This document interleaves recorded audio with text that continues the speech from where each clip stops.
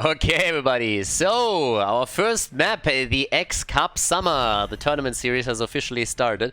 We're in the first qualifier and we have the first round starting here. From the get-go, my apologies if there's occasional coughing or something. Obviously, with the absolute perfect timing, I got sick yesterday.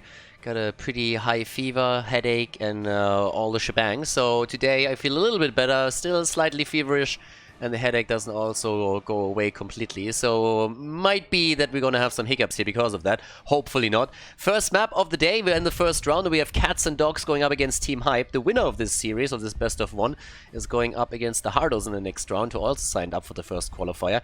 Now, if you're not really familiar with the tournament format, so first of all, there is 4,000 euros on the line in this entire tournament format. For the qualifiers, you don't get any prize money, but through the qualifiers, you get a points that will be added into a ranking, and at the end of the qualification tournaments, at the end of the regular season, the top 8 teams in the ranking make it into the playoffs, and that is where all of the prize money is distributed between the top 8 top 8 teams. So every team that makes it into the playoffs will at least get some money, and there's in total 10 qualifiers that teams can play. We have qualifiers on Wednesdays, on Sundays, so everybody can just simply pick and choose which qualifier they want to play, which qualifier they can't play. Maybe someone is busy on Wednesdays and they can play Sundays or vice versa. Either way, this way everybody has a chance to play.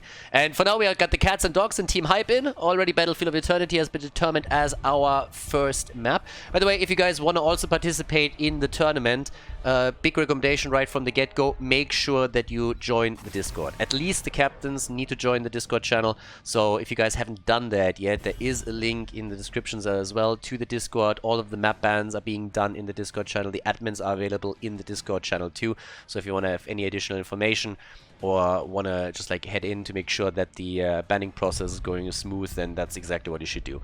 We got, first of all, a ban on Vala, so no arrow build to chunk down that Immortal. Li Ming gets banned too. And here in Battlefield, we got a Blaze ban. It's actually kind of interesting, because with Lucio being banned, we have at least one of the heroes that oftentimes gets taken these days. But not really the usual suspects there. Now, both of the teams are not really well known in that sense, but some of the player names that you see on these sites, they should ring a little bit of a bell. So if you're following the European scene, especially when we're talking also about Heroes Lounge, the amateur scene and whatnot, then you should have encountered some of those players for sure. I mean, especially if you're watching the videos on the YouTube channel, then these names should ring a bell. So we got a first pick Stukov. Could even see that followed up by Varian later on to try and get a couple of quick snipes in. And that would be kind of cool, but time will tell. Also, since people might not know that, the sponsor of the entire event is, by the way, a private Heroes of the Storm fan from Europe that has been a Heroes of the Storm player starting in Alpha, has been part of the community and the scene for a long, long time now, watched HGC, watched all of the tournaments throughout the years, and now that we don't have any HGC anymore, he wanted to help out a little bit, and he contributed the entire prize pool. So pretty amazing, pretty awesome, therefore a tournament by the community, for the community, quite literally. And, well, we're going to have a lot of fun with this series. So the X Cup Summer is obviously already hinting at more seasons to come. And for now, we're just going into the summer party time here. Sylvanas has been taken, and also May. Not quite the follow-up on the Stukov pick that I personally expected, but not too bad. We got Garrosh in on the other side and a Brightwing together with that. Now, for me, there's already alarm bells ringing when I see that Garrosh picked this early, and immediately I'm thinking, hey, maybe we're going to see a Zarya too for the speed barrier to allow Garrosh to dominate in the foreman at the bottom of the map and really run into the opponent's team and flip someone back. But the Brightwing pick, we'll see if they really follow up with Zarya. Because if you want to play the combo, why not lock Zarya in right away, you know? And there's now a chance for Team Hype to just simply ban her away, which they could definitely do. But instead they're banning out Chromie, so no poke against them. And the opportunity for the Cats and Dogs to get a Zarya pick, if they really want to. So let's have a bit of a look. Outside of that, I mean, you still want to have a strong damage dealer for the bot lane. We haven't seen any side laners picked yet. But there's Tychus. It's about damn. And I don't think we're going to get the Zarya combo here, do we? Nah, Imperius for the side lane gets picked. Alright. There we have it. And now the final 2 picks for Team Hype as we are heading into the first map of this tournament. And the first round here. So let's have a bit of a look. What are we gonna get?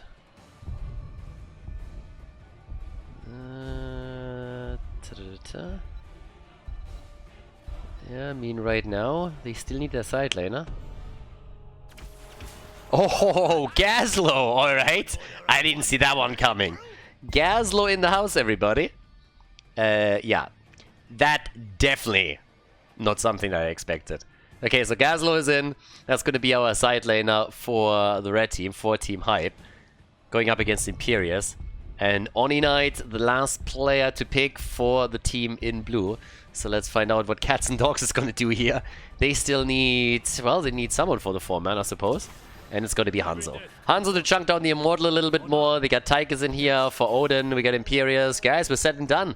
The first map of the tournament is starting. Best of 1, of course, as we're heading into this. And let's see who wins Battlefield of Eternity and moves on to the next round of the tournament to face off against the Hardos. Game time! On the left side, the blue team. We have... No, we don't have Oxygen against Chili Mountain. You see, this is exactly the kind of hiccups that I've been talking about a little bit earlier. Again, my excuse is that I still have a little bit of a fever and also a pretty heavy headache. So that is the kind of stuff that just happens when you're casting completely sick. But anyways, now that we have that already fixed, you know, Procaster right here, we got Firestorm for the Cats and Dogs on Brightwing, Azeroth on Imperius, anyone on Garrosh, Ethereal on Hanzo, Oni Knight on Tychus. And on the right side of the map, Halcyon is playing with Gazlo, we got Guilty Spark on Stukov, Cloud Destroy on Sylvanas, Cast on Lunara, and Aslo on May. And the party is starting right up at the top, where Sylvanas is trying to take down one of the towers with the rest of the team. So they're already coming in and doing a little bit of work here. But, yep, there we go. Already the first kill. May is down. And that was a quick one. So a good opening for the Cats and Dogs over here. Easy peasy. Down at the bottom of the map, we currently have Halcyon doing his thing and starting to push the lane out. The Gazlo setup.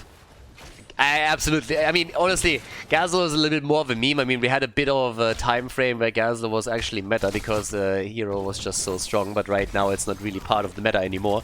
But especially in the earlier rounds where you have teams that pick more after preference than necessarily what's currently the strongest in the meta, you have a lot of these things happening. Yeah, I gotta admit that it's kind of funny. So we got the Gazlo over here once again. Give him the clamps! And in the meantime, the top lane still pushing this out. Red team already lost one hero a little bit earlier, so there's a slight advantage for the Cats and Dogs. But at the bottom of the map, the Gazlord is dealing with all of this. Gets the experience globes, takes it easy, doesn't even unmount.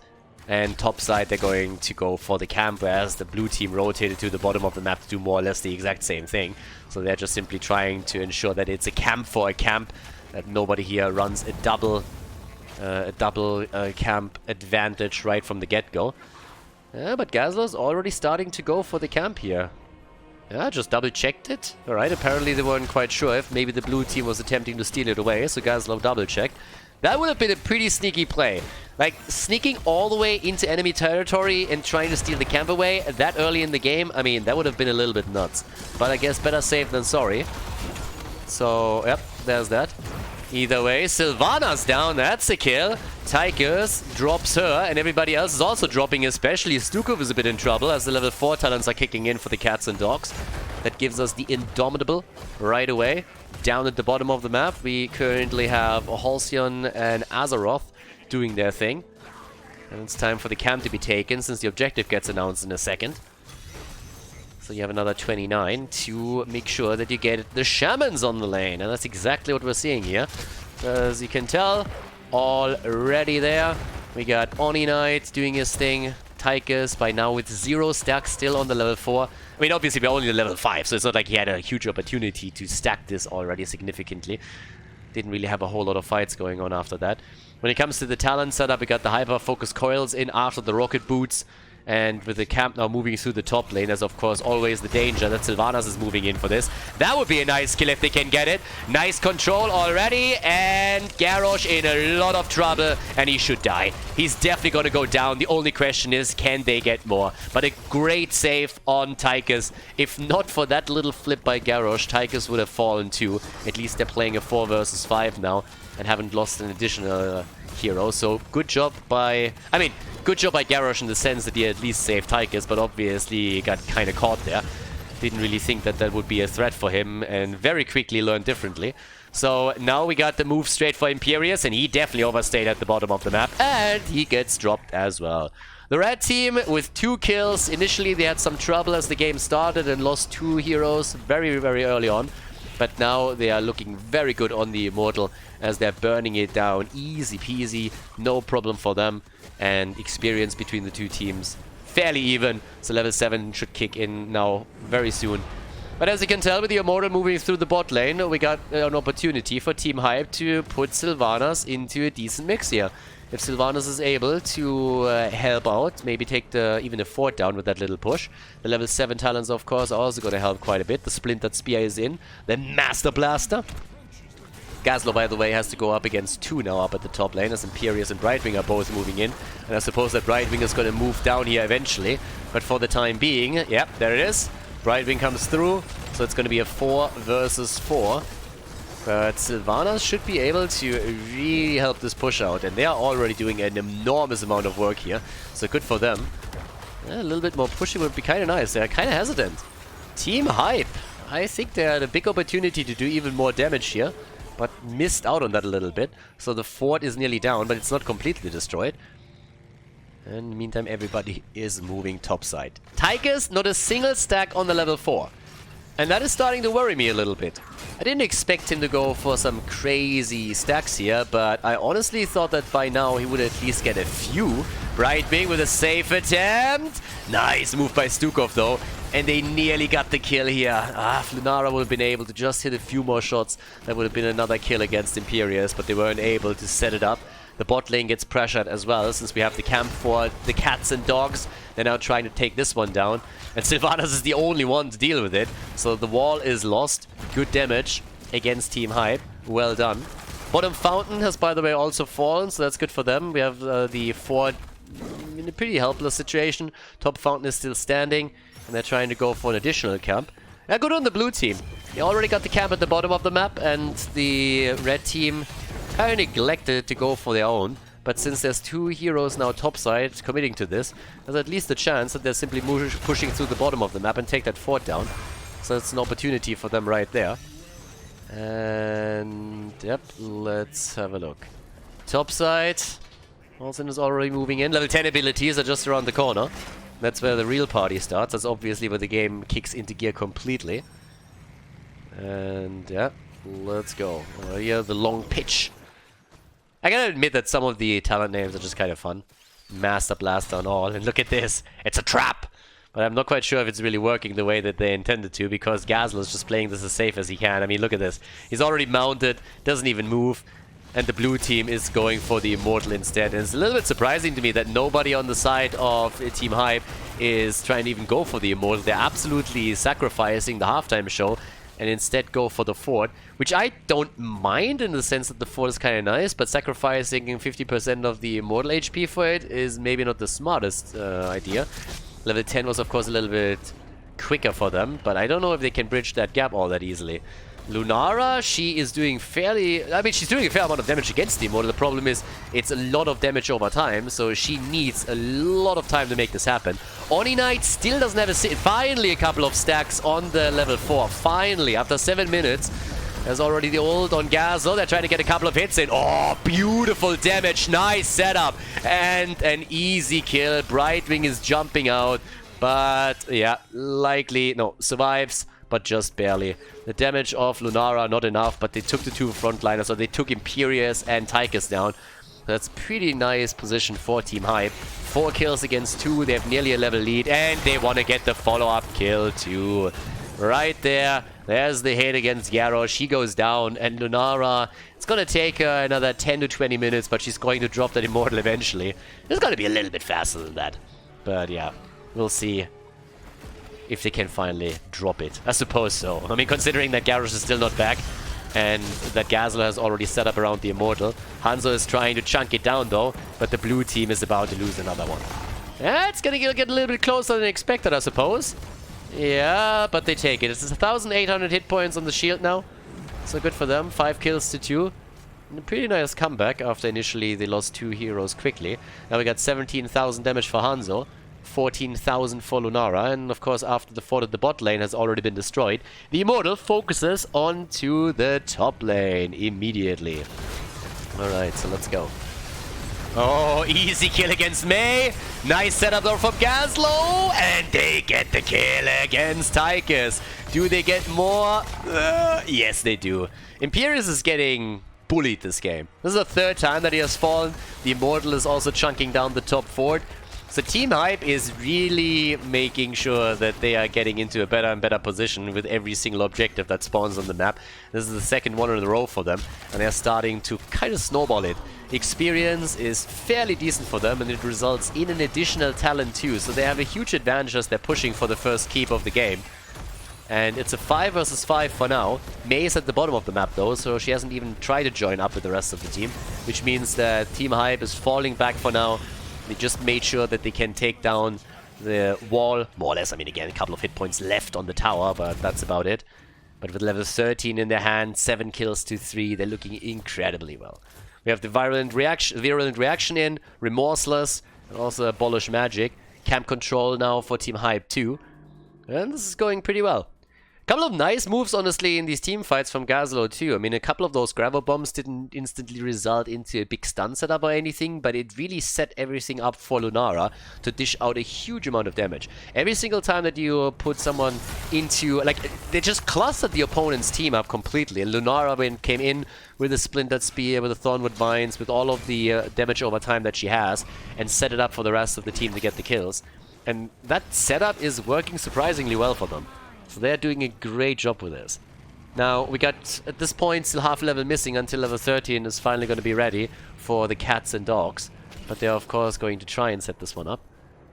And claw their way back into it, slowly but steadily. And we'll see if they can accomplish that. But it's going to be a little bit tricky if they lose the next... Polymorph. Gazlo feeling a little bit crabby today. But there it is. Level 13 is in. Immortal is spawning. 1.5 levels until level 16 for Team Hype, so it's more than unlikely that they're gonna get level 16 before during the objective. I mean, if it's delayed by quite a lot, then maybe they get the additional talent. That would of course be a nightmare for the cats and dogs. But for now, I guess we can assume that most of the fight is gonna be centered around level 13 talents on both sides. With that, we also got the the Neo Steel coding in play, and well. There we go. Let's get the party started. They're looking for the fight. Yeah, anyone was trying to come in with Garrosh and flip Mei into the rest of the team. But the Immortal stun eliminated that play very quickly. Now, we have the Shaman camps pushing on the maps too. And down at the bottom of the map, Gazlo and Sylvanas are now dealing with this one. The top lane, that's a different story though. A little bit worried about this. There's an entire camp coming in, and over here we got a catapult on the move too. But finally we have some of the heroes moving over. The cats and dogs, they're fully aware that they need to take this down as quickly as possible, because the entire wall is pretty much gone, and therefore the keep would have been quite vulnerable. Now we got the halftime show in favor of Team Hype, and keep in mind, they won 2 out of the 3 Immortals already. If they lock this one in too, there's a very good chance that we're going to see the first keep of the game fall. And that would have been, that would be a little bit of a disaster. So we'll see what they can do with this. For now, it's more of a defensive play that they're setting up here. Catapults at the top lane, of course, still a problem, and you can see that Sylvanas is immediately moving in and saying like, you know what? Just let's take this down. And started to use possession as well, so enhancing this push even further. Now the last tower is down and the keep is eating damage. And that's exactly where you want to be if you're the red team. Team Hype looking good here. Fight is already coming up. Bad news for Garrosh, but he survives. Brightwing comes in and helps him out. Oh, big arrow from Hanzo. Nicely done. Mei in a bit of trouble. Mei, she slides out. Skates away out of the fight. Oh, that's a kill. That's a kill, maybe. Oh, Hanzo just missed it. Aslo really in a position where he should have been taken down there, but Hanzo was just a bit too short on the shot, and the damage over time didn't take it down either. But by now, because of this delay, we have indeed level 16 on the board for Team Hype, so a really good position for them to be in. They did a bit of damage at the top keep thanks to the minion wave that they pushed out here. Possession helped a lot with that. And now that the red team has the talent advantage and healed everybody up at the fountain again, they can just simply push their way towards the blue team's Immortal. There's the flip into the stun. Mei, again, the punching ball of the team, but she gets out. It's unbelievable. This is the second time that she barely makes it out of the fight. But as long as she doesn't die, who cares, right? So Thornwood Vines are getting used again. The Immortal is nearly gone. They haven't quite been able to take it down, but the next hit is going to eliminate that thing. So all that they need is Lunara getting a little bit closer. That's already enough. And, well, that's the end of Immortal number 3. 3 in a row now, taken by Team Hype. They dominate on the objective. We got their level 16 as well. And let's go. Bot lane. That's the one that we have to worry about now. 3 deaths on Imperius. 31,000 damage for Hanzo and for Sylvanas. Gazlo, by the way, 23,000 for him. Just behind Sylvanas and Lunara. 3rd highest damage for the red team currently. And here comes the pressure play. Here's the move straight through the bottom wall. Brightwing is pushing the top lane out. Odin gets popped immediately. Tychus goes to commandeer the mech. And this down here, that's of course a problem. Already Sylvanas disabling the keep. The Immortal comes in for additional damage. There's the arrow. Gazlord in a bit of trouble. Mei with a snowball against Imperius, but the Gazlord is down, and so is Brightwing. Lunara died as well. That's still a 2-for-1 trade, and that pushes it all the way up to the core now. I don't really... Can they go for it? I mean, they're trying. They're definitely going to do damage. I'm not quite sure if they can finish the job here, but they might. Especially if they get the kill against Imperius, and it seems like they can. Team Hype trying to end the game right here, right now. No chance for the cats and dogs. This is a win for the red team as they move on to the next round of the X Cup Summer Qualifier to face off against the Hardos. GG. Before we head into game number 2, make sure that you subscribe to the channel if you haven't done it yet so you don't miss out on any future content here on Khaldor TV. Okay, game number 2 of the tournament. Let's go, everybody. 2 of the Spider Queen is the map as we have the Hardos going up against Team Hype. Team Hype obviously coming from a victory in the first round of the tournament, and now they're going up against the Hardos. Hardos also with a slightly changed lineup. So again, you will see that a lot. If you watched Heroes of the Storm over the last couple of months, you probably got used to certain players on certain teams on the European side. After the Masters/Finals, that definitely changes. So there will be a lot of teams that you've seen there that, for example, just swap out 1 player, maybe 2 players. In this case, you have the Hardos now playing with Copenhagen and with Galna Gulnar today, instead of Chris and Benny. Now, to my knowledge, Benny is actually still with the team, but he's currently not here, so Galna Gulnar is swapping in for him for today, so it's just like a sub-player, whereas Copenhagen has replaced Chris. And again, other teams will also change some of their players. We're going to see that over the next couple of weeks, especially since all of these teams are expected to play also in the X Cup over the course of all of these qualifiers. You will see more and more from them there. And just to reiterate that again real quickly, in these qualifiers, the teams are just playing for points. So you're trying to get as far as you can in the tournament, and the farther you get within the tournament, the more points you gather for the standings. And at the end of the season, after all of the qualification tournaments are played out, the top 8 in those standings move on to the playoffs, where all the prize money is going to be played out, and every single team that makes it into the playoffs is at least going to get a little bit of prize money. Now, to the Spider Queen is our map. This is still a best of 1, so once that we're heading into the semifinals and finals, we're talking about best of 3 matches. Always talking about the qualifiers here, of course. Once that we're heading into the playoffs, for example, it's all going to be about best of 5s, and eventually also potential best of 7 in the grand final. We'll see.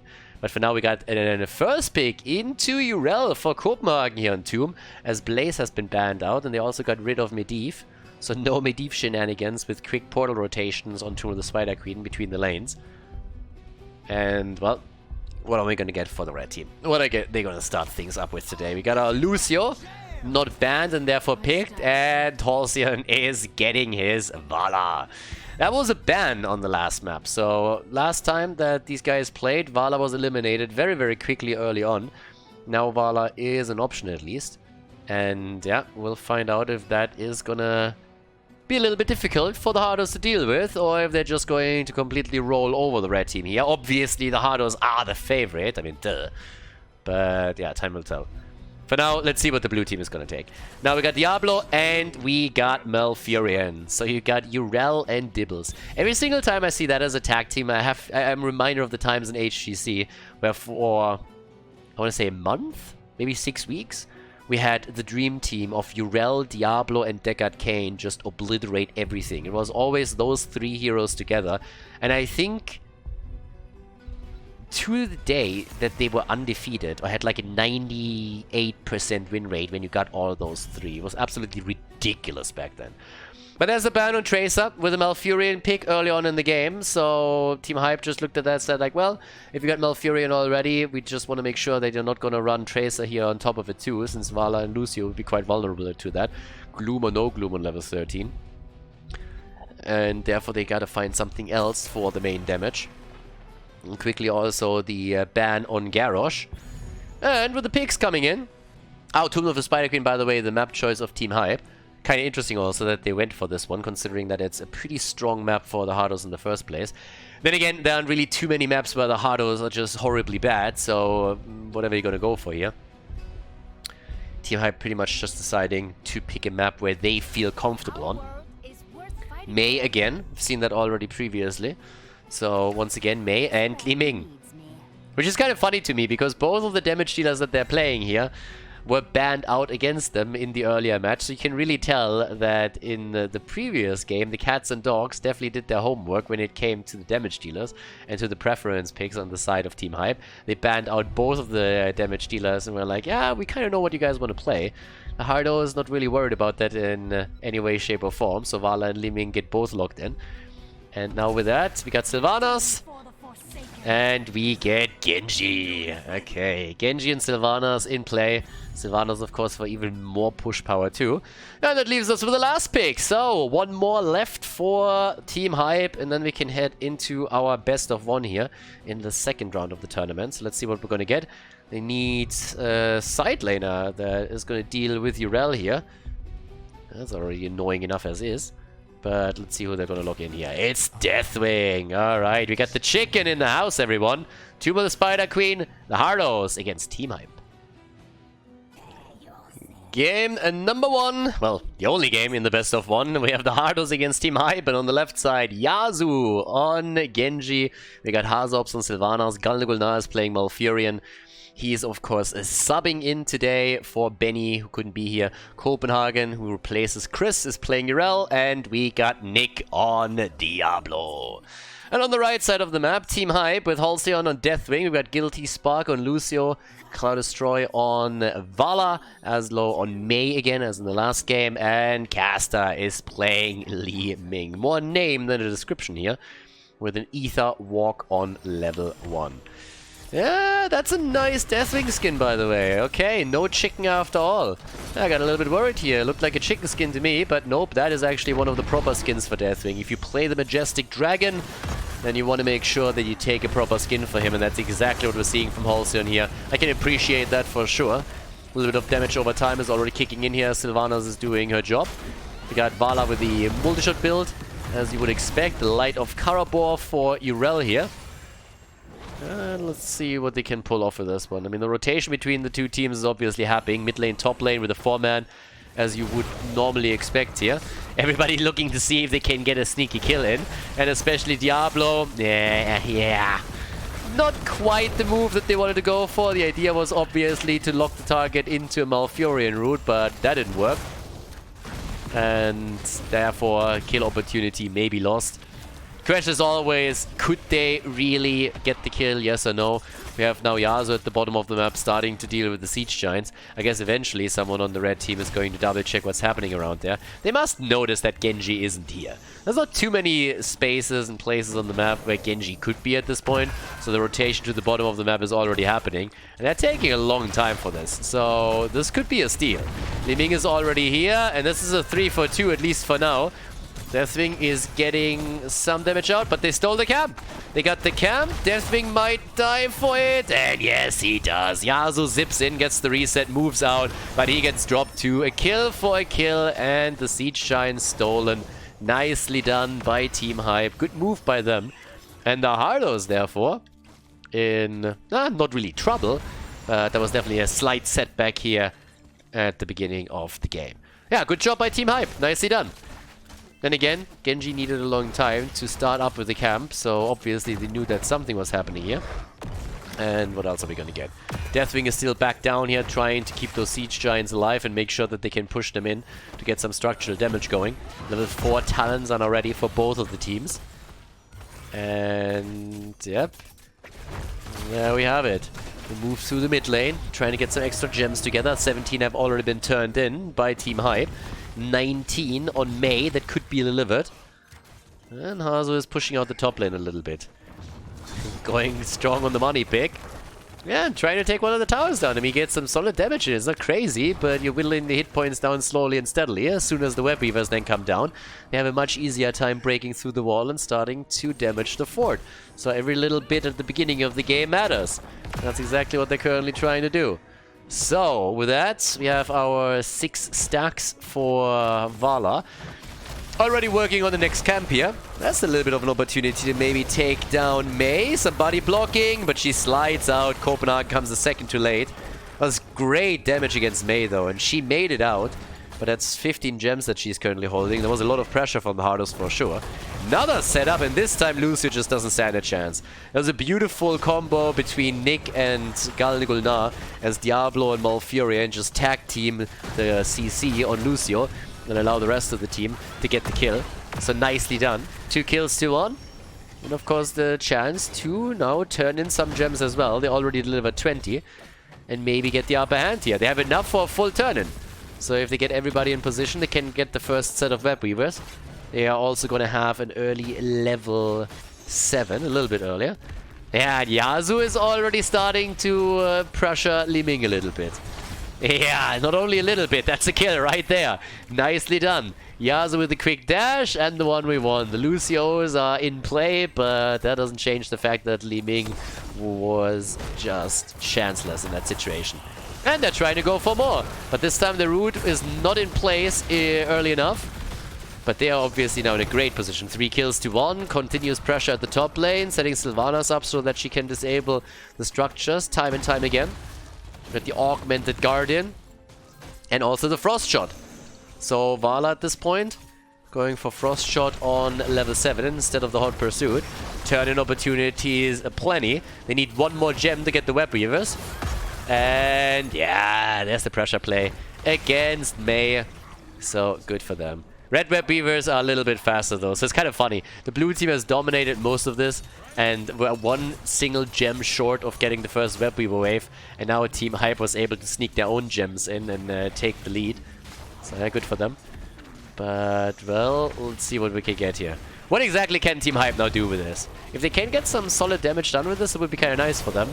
Depends a bit on the defense of the Hardos, because if the Hardos can defend this now well, then all of a sudden we would have a quick opportunity for them to turn in afterwards. Maybe even use a level 10 opportunity to push and try and get some extra pressure with the web weavers. So let's see what's gonna happen. For now, we have the mid lane pretty easily defended. I mean, again, the wall goes down, but the web weaver is already toast, and Yasuo has taken care of the top lane. They still need to take all of this down, but even that shouldn't be a problem. And he's already diving in hard at low. That could be a dead Vala right here. Oh, close call. Yeah, that was a bit dicey. So they are able to get out, but they couldn't do a whole lot of work here. So the gate falls, and that's it. Now we have Copenhagen turning in. And outside of the gates going down, there's not really too much damage that has been done by Team Hype. And this is, of course, a big opportunity now for the Hardos. Look at the experience. We have them on level 10 in just another moment, and they have the perfect timing here. It's not going to be a massive window that they have where they can use the level 10 ability around the objective, but they will have a small one. It's getting close quickly, though. But maybe... I don't think they can do too much with it. But at least it prevents the red team from meeting the web weavers too early, you know? So they 4-man the top side now. Genji's still pressuring this out as best he can, but they still have level 10s, and that helps them to pressure through the middle of the map, especially with Sylvanas. She is, of course, enhances the push even further. So there's that. Level 10 abilities are now in for both sides, which gives us Strafe, the High 5, and also the Avalanche. But they haven't really done too much damage yet at the top lane either. Middle of the map. Well defended too, It's the bottom of the map that's going to be the bigger problem now. So right now, Copenhagen is doing a great job on Urel, and they're actually delaying them as best they can. Nick is controlling the choke point over here and forces them to take the long way around, which of course buys more time for Urel and the Web Weavers at the bottom of the map to dish out the damage, and that results in the first fort of the game being eliminated. Well done. Yeah, well played by the Hardos. And that gives them a significant advantage in structures, and they're also trying to go for the fight again, with Urel already moving in, pushing Mei back out. There's the APOC, and that one connects. No chance for Mei. She's down. Tranquility. Malfurion keeps everybody alive as the dragon gets murdered. No chance for Deathwing. He turns into Deadwing and gets dropped. That's an easy double kill. And they might steal the camp away. I'd actually be a little bit surprised if they didn't, but apparently they don't want to risk it. Death timers are still fairly low, so no moves. Instead, they're going for the Siege Giants at the bottom of the map. Try and move in for that. And they have another turn-in available. Now, that's of course the second news of the day. Another turn-in for the blue team. And things get worse, because with the 2 kills against Team Hype, they also lost a fair amount of gems. And that is putting the Hardos in the driver's seat in this game. They have a chance to get the second Web Weaver wave. Team Hype is... I mean, they are miles away from getting the next turn-in. And that is the double whammy right there, especially since level 13 is now also coming up. So after we just saw the initial push happening with the level 10 ability, it's another talent advantage for the Hardos. And this is starting to get a little bit worrisome. Mid lane has to be defended against, but the blue team has also locked in their own camp. So there's going to be a few more forts that get eliminated here. 100%, that's definitely happening. And well, there it is. Those are already down. Deathwing is dealing with the bot lane. Up here, hoppity hop. The Space Goat is still there. Okay. Yeah, I think they're going to lose both of their forts now. They don't even have to... That was actually... I don't really think that stun against Lucio was planned, but they still got it and forced him back a little bit. But now with Sylvanas pushing this one out, the top fort should fall, and the one in the middle just doesn't stand a chance. Vala nearly down, but she makes it out. Over here, though, this one is definitely going to get crushed. There's no way of saving this. And since the fort at the top has also been destroyed, that's every single outer structure of Team Hype now being eliminated. The snowball for the Hardos is really coming through here. They're doing a fantastic job with this. Yeah, good move. Okay. He wants the kill. He didn't get it, but he gets out. Not your typical Stormly Genji. Unless Yasuo dies after all, but it doesn't look like it. Instead, we have Vala really trying. Coming in with a strafe, Mei down, and of course, Vala was asking for it. Genji comes in with a quick swift strike, and that's the death of Vala. 2 down, 3 down, 4 down, 5-man team wipe, baby. And that might not be game, but it's definitely going to be keep. We're 10 minutes into it, and the keep is going to fall. They might go for the core too, but the death timers are obviously rather low. But at this point, with 5 heroes down, I don't think there's a chance for Team Hype to make a play around this. So that's going to be a lock for the Hardos. Oh, is it? They might have to fall back here. They did some serious damage, but they might not be able to finish the job. Especially with Genji still playing this out. Maybe the kill against Mei. Oh, that's ballsy. Slides in, drops the trade. And there's the counter with the APOC. No chance for Mei. Baited. Yeah, I always knew that Nick was a master baiter, but that was definitely an excellent play by him. They bait Mei in, she tries to save herself with the trade, and then the APO comes through. Diablo died, but yet the stacks on his baseline, so he's going to be back in a second. Copenhagen, the goat, still alive. And the stun, Yasuo, he's dead, and the gems are lost. Yasuo down, everybody. And, well, can they maybe get the kill against Vala? They were trying. Ooh, not only Vala. Yasuo's also a little bit low. And Deathwing is diving in pretty deep here. It's a 4 versus 5 at this point, now that Mei is back. But everybody is incredibly low. I mean, look at the dragon for just a second. He needs to dodge out on Diablo's damage, or he's going to get murdered immediately. So they lost 30% on their core. They lost the keep in the middle. But the Hardos couldn't finish the job yet. Getting pretty close on this. Nick is already sitting tight. I mean, they could turn in the few gems that they have. For Team Hype is obviously all about coming back into this now, right? Somehow trying to get some momentum here. They're still 2 levels behind, and that is probably what concerns me the most. The 2-level gap is not all that easy to bridge. A couple of kills would go a long way for their goal though, but instead they're losing Vala, and they might lose more. Good move against Sylvanas at least, so she can't dish out the damage. But Genji is back, and here comes Yasuo, and he's like, ooh, look at that. Yeah, 1 jump, and there it is. 1, and he should get another one, right? Nope, not able to get this one. But again, he got the kill against Li Ming, so that's already something. And now that they can take down the keep at the bottom of the map, they should be pretty happy with the situation. Not only have they taken 2 of the keeps down, but the core has taken damage too. They have 19 gems in their hands now, not quite enough for a turn-in, but they're getting a bit closer to that. 40,000 damage for Genji, even ahead of Li Ming. So Li Ming is sitting at 38,000. Yeah, so with a final cut here. Yeah, that's a talent that Dignitas to the day is gonna have nightmares about. Like every single player on that team will hate that. But there it is, the engage again. The APOC setup not working for Nick this time. But Deathwing is caught on the wrong side of that fight. So Deathwing is already down. And this might just be the end. If they get another kill here, I think this is just game over. There's a big camp pushing through the middle of the map. Lucio is trying to just simply half back now. Yeah, but Galnagulnar is also heading back for mana, so they're not even trying to finish this one. They have 22 gems now, so they're at 57 in total. Another 3 in the next web weavers come in. With 2 of the keeps taken down, they would move straight for the core. And they're going for the boss now too. So the Hardos are definitely trying to end this entire game now. It's 16 versus 16 talents. So even talent fights at least. And here we have it. Quick kill against the boss. Red team is too late. They've been double checking, don't get me wrong. But they can't really engage into this. And the bot lane is also something that would worry me a little bit if I was on their side, because that is a double catapult already homing in on it. We're still very early in the game though, so it's not too much of a problem yet.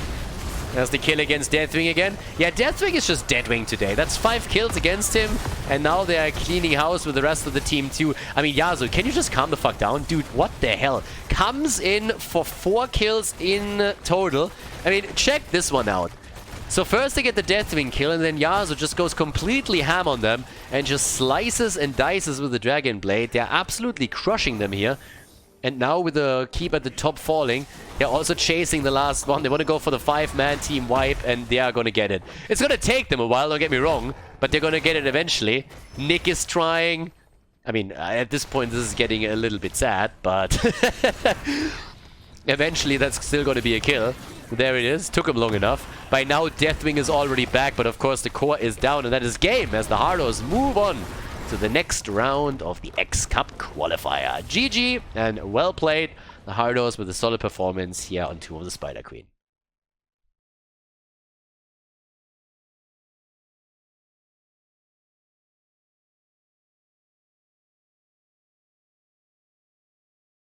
Game number 3 of the tournament. We are in the quarterfinals, everybody. So we're still looking at a best of 1 here at the X Cup Summer. The Hardos, they moved on, and they're going up against something good. Honestly, I feel that what we have here for the red team is just simply they were looking at team names and they're like, I can't come up with anything, so let's just go for something good. So yeah, the typical problem when you're forming a new team, nobody ever has an idea of what to call themselves. We have also a new iteration of Team Ash, by the way. Like, first it was Arthur's Stroidram, which means Arthur's building a temple. Then it was anti-synergistic hobbits, and now they went for something new. I don't even know what exactly, but yeah, we're gonna call them Team Ash. They're not really playing in this series anyways, but for future qualifiers, it's something that we definitely have to talk about. So yeah, it's a little bit nuts. I mean, either way, at this point we're heading into another best of 1. Once we're heading into the semifinals, it's all going to be best of 3s, the final as well. Again, for everybody that's like, hey, why don't we have a best of 5? What's happening here? Pretty simple. These qualifiers are supposed to be kind of short, condensed, to make sure that the players that play don't have to invest too much insane time here, that they can easily do that, you know, on a Sunday and still have like their evening for themselves or with a girlfriend, whatnot. And at the same time, you want to, of course, have also a little bit of content for the viewers. So it's a bit of a compromise situation. When we're heading into the playoffs, we're going to have more best of 5s, best of 7s, and all of that stuff. But right now, these are all open qualifiers. And again, I want to point that out. We have now qualifiers every Wednesday and Sunday. So if you guys want to play with your own team, you're more than welcome to do that. There's going to be links in the descriptions that you can check out. X Cup Summer, as I already mentioned. And yeah, there's always, you know, people that are like, if I just would get a chance, you know, all I need is a chance to show these players how unbelievably good I am. And yeah, but I never get that chance. Well, here's the opportunity. Get a couple of like-minded players together and you can sign up for the tournament and show the pros or former pros how it's done. But yeah, all memes aside, like, some of these things always pop up on Reddit, on social media. I've probably always seen that where people complain. It's just like, yeah, it's just an old boys club, the top scene. Well, here's an open qualifier for you, so best opportunity that you're gonna get. But either way, now that we're heading into Infernal Shrines, let's see what we're gonna get in terms of picks and bans. We got Junkrat already for Hazu. Copenhagen is going for Leo, and we got Stukov in there for the mix, with the opponent's team with Something Good, playing this out with Vala and Brightwing so far. I'm pretty sure, by the way, that Tazdingo on the side of Something Good is not the Tazdingo. I'm very, very certain that's not the old German caster Tazdingo. To my knowledge, he doesn't do anything with Heroes of the Storm anymore and has moved on in the meantime and is doing other things. Mainly variety streaming, as far as I know. Honestly, I haven't talked to him in a bit, so I'm not 100% certain, but that's not him. So that's someone else. But either way, we got Falstad banned out too. May has been eliminated. I mean, they've been targeting just main and side laners a lot. Blaze, Urel, and May banned. The Urel ban might have been influenced a bit by what happened on the last map. So yeah, there's that. But let's see what the next picks are going to be. We still need them with the main tank. I would not be surprised to see a Diablo again at some point, and maybe also a Jojo on one side. And Nubarak, okay, a bit more of an aggressive play. Hello! Kelter Boy with a Zeratul pick. And Nubarak is Zeratul. Brightwing and Vala. I mean, Brightwing and Zeratul back in the day was a really annoying combo to go up against, because it could turn any 1v1 lane into a 1 versus 3 in a second. But kind of interesting. There's a Diablo pick that I more or less expected already, so that's going to be a lot of stuns, and Stukov is going to attempt to follow up on that. But what are we going to get for Yasuo here on the last pick? Sylvanas. Sylvanas and Junkrat. Okay. Nicely done. And on the other side, Theoden. What is he going to pick? The last man standing here, or the last pick that we need. And what are we going to get from him? They still need, I mean, unless they are running a Zeratul on the side, they still need a side laner. Double frontline plus Zeratul as a third melee. Wouldn't be bad. And there it is. That is one hell of an aggressive setup, I gotta say.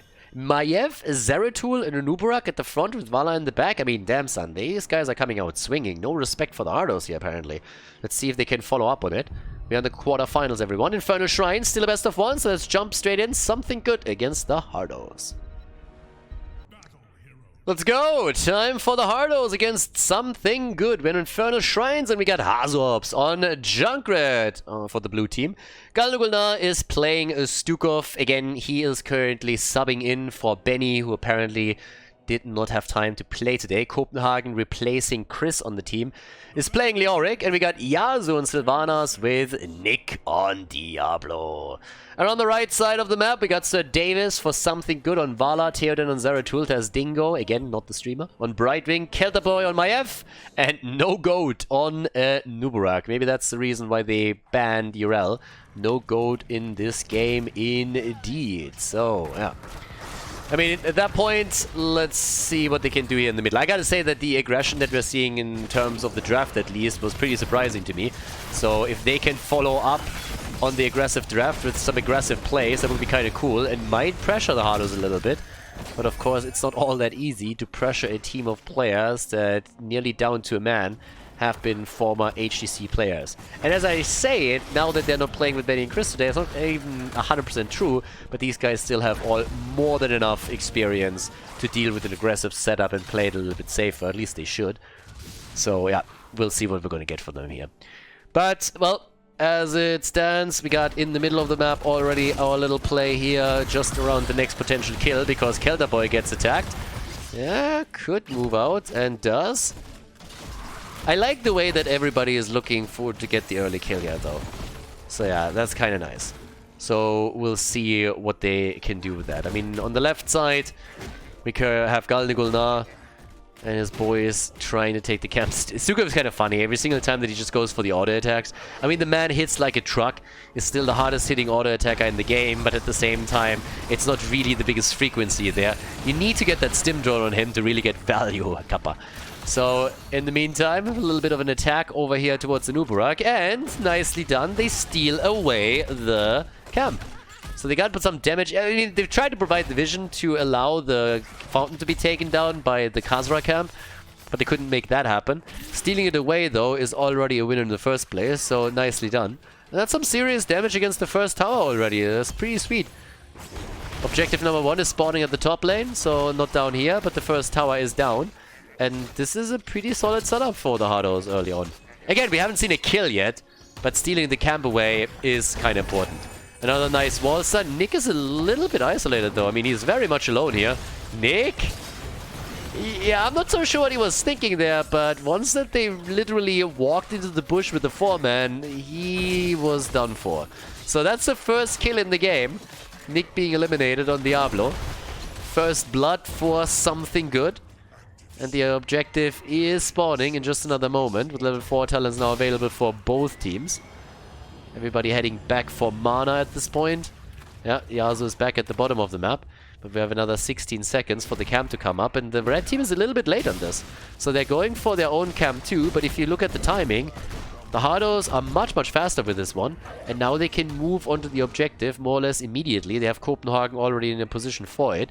Whereas down here, it's going to take the red team a little bit longer to claim this. So this is a really good indication that they are just a bit slow on these moves. Is that going to decide the game? It honestly could. Small advantages like this will add up over time. And with a 10-point lead on the objective, the only thing that can win something good now, the first Punisher, is a teamfight victory. So if they get the kills there, it would be great. The Nubarak walking out here. Yeah, well done. Let's see if they can fall back completely at this point. Maybe not. And the position is completely taken over by the Hardos. They have full control over the shrine now.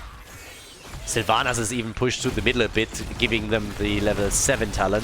So much faster, and that is another big lead that they have. Nice trap, and that's a kill on the Nubarak. Very well done. Okay, so that's a kill for the Hardos, and of course it's also the first objective that will end up in their favor. We got the Seeker in the dark now. The Hot Pursuit on level 7 with the Leeching Scarabs on level 7 for Nubarak as well. Didn't really help him a whole lot in the last fight though. But with the push play here, Sylvanas is ready, and well, there we have it. They're trying to bait it. Oh, the bait didn't work. Okay, they're done. Wow, for a second I thought that they messed this up, but no. There was just nobody in jump range, so Maiev moved in to provide the target, but that was all a little bit late.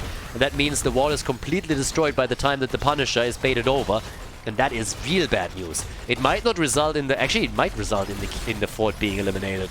But even if it doesn't, this is a ton of damage that they were already able to do here. Fantastic opening for the Hardos in this quarterfinal. Great opening for them.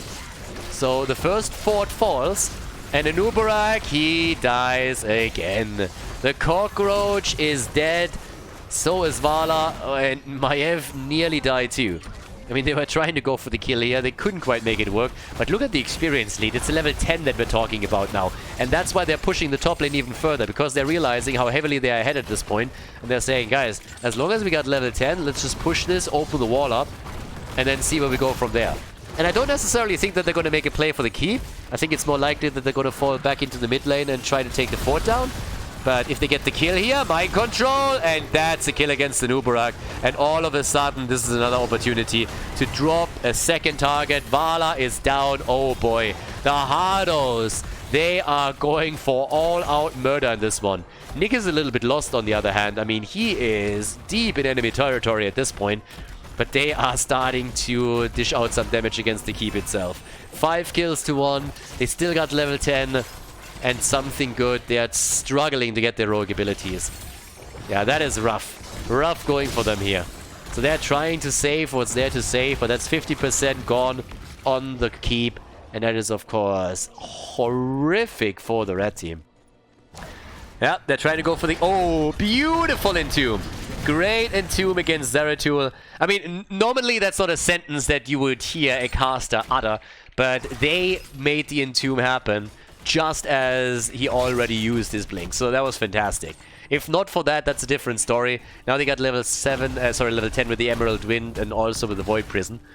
Which is still a little bit weird to me. Void Prison is something you see way more on the North American server. Europe doesn't really play this all that much. But in this case, yeah, we have the VP in. Yeah, Leo's trying to get away here. Dodges out on all of the stuns. Copenhagen. Nicely done. Juke City, baby. Yeah, well done by Leo. Good job.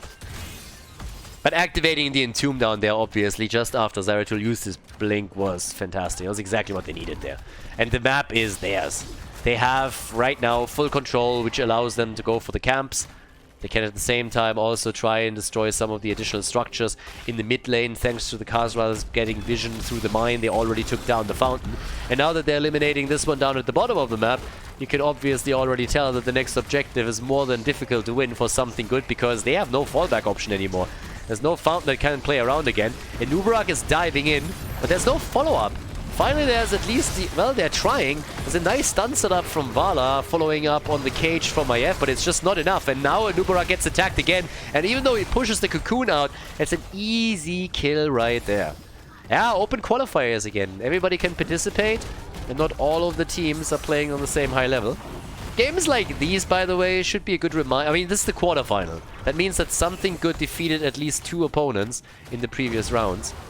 But it should be a nice reminder also for the people that are watching and usually just like backseat gaming all day long and telling everybody how horrible the Hardos and other teams are. What happens when you use one of the top teams in Europe against a team of players that are not consistently playing tournaments and don't quite have the same experience here. So the Hardos are currently full-on capitalizing on the fact that they just have much more experience and are way better coordinated, even though they're playing with 2 subs today. But here's at least the attempt to get some kills in for the red team, and this time they're dropping not only 1 but 2.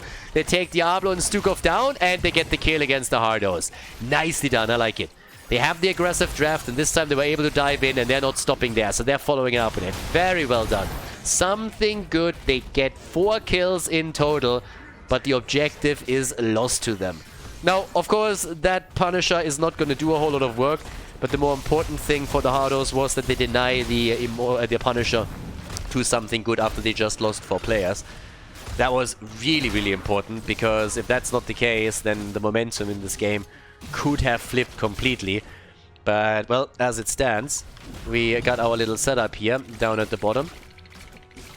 Which allows them to go for not only the quick defense against the Punisher, but also maybe a little bit of pressure play. No, not even that. I was honestly hoping that they were able to at least take a couple of those camps back, but that's not really the case, and instead they're losing Brightwind in the middle right now. So once that the blue team came back, they're just going for the full-on aggression again, and with the mace to the face, and Nubarak goes down to Diablo with the final hit here. So, yeah. It was a real nice move by Something Good to get those 4 kills and also try to make a play for the objective, but now they're just losing ground again. They're just getting picked off too easily on the map, maybe overstaying on the lane just a little bit too long and giving opportunities over to the Hardos that they shouldn't give them. And it results in plays like this one. Easy peasy poke damage against the wall, which results in nearly the entire thing being taken down. Now, it's not completely getting dropped. They might poke it down, but even if they don't, it will be destroyed within seconds once that the next push is happening here. But with the mind control, oh, I'm not sure if that's going to help them here. Riptire straight into the VP. Vala would have died anyways. Zeratul was hoping to save the day for her, but now Zeratul and Vala are both down, and that is trouble. Yeah, another keep gets attacked. The one at the top lane has already suffered a lot of damage, and I think this time we're talking about the destruction of at least 1. Nice combo attempt, but the lurking arm was a little bit too late, so Nubarak was able to dive out. Wasn't silenced in time, but already the pressure played towards the top, as they're not only looking to destroy 1 keep, but 2 of them. So, yeah, the Nubarak is dead. Stukov hammering him down. They're also going for the next kill as Maiev gets destroyed. But the top keep has now fallen too. And 11 minutes into the game, the Hardos are looking absolutely fantastic here. I mean, it doesn't get much better than that. 11 minutes into the game, 2 of the keeps are destroyed, and they're already sieging up on the core, trying to get another kill against Vala. Brightwing barely saving her here. Vala, careful, girl. And they're whittling the shield down. I'm not sure if they can necessarily take the core down now, but even doing a bit of damage is going to matter a lot. And they're doing not only a little bit of damage, they're doing a lot of it. Yeah, that's 75% already. And there's another push. We're down to 69. Yeah, good number. Johnny would be proud. Another quick pick against Nick. Poke damage from afar. Zeratul is moving in. There's the stun. Can they follow up on it? I don't think so. And in the meantime, Sylvanas has been down at the bottom of the map and helped the entire setup to take down the wall. So the situation isn't getting any better for something good here. They need to have a big team fight if they want to come back into this. Their level 16 talent is at least finally ready, and that gives them probably a bit of hope for the next objective fight. And let's face it, this is where it comes down to the wire right now. If you can move in and win that fight, you have a chance to bring it back. If you lose this one, and well, then of course you're in deep shit. Because that Punisher would go straight for the core. So this is the important one. There's the trap, and they get one. Oh my god, that's a kill. Lurking arm, everything is just lining up perfectly. Anubara gets caught by the trap. Then there's the lurking arm. Anub goes down, Zeratul dies, and now they're wall stunning the next one. 4 already eliminated, and we might see another kill. Yeah, there's the Entomb. Brightwing doesn't stand a chance. The Entomb providing another wall for Diablo to stun the target into, and that is a 5-man team wipe. As the Hardos, 13 minutes into the game, are making their way over to the opponent's core to end what they started and move on to the semi-final. Well played. Something good. Trying again, but obviously up against a tournament favorite at this point, and couldn't bring it over the time here. One good team fight for them, nonetheless, but at the end of the day, it's the Hardos with the victory on Infernal Shrines. GG, and well played.